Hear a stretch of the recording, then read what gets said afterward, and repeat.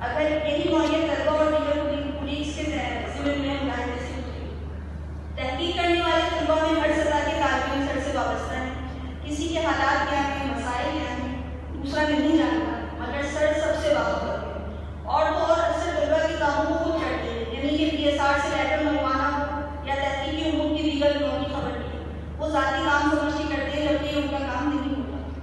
एक बार उनसे कहने लगे, मेरे बकाले की जो मुश्किलात और सख्तियाँ मैंने झेली हैं वो तुमको नहीं मिली, मैंने उनको आसान कर दिया। अब जिन मुश्किलात से तुम दो चार हो, तुम्हारी निगरानी में तहकीक करने वाले तलबा के लिए तुम उनको आसानियाँ दो। जब भी तुम चराग से चराग चलेगा, यानी महदूद करना जहन की हंगामा फैसियाँ, वो आईना तलाश की दुनिया दिखाएगी। सर शाहराह जामे कराची में शोबा ट्रांसपोर्ट के इंचार्ज भी थे और उनके इंचार्ज करते ही पॉइंट की बसों में नुमाया इनकलाबी तब्दीलियाँ दुनिया में पैदल चलने वालों के लिए अलग ट्रैक शेड के साथ तामीर हुआ। पॉइंट सिस्टम खुद कफील हो गया। फिर उसके बाद सदर नशीन शोबा हुए। शोबे की फालियत असर बिन शम्स है। बकौल भी सब पे जिस बार ने गिरानी की, उसको ये नाम तमाम उठा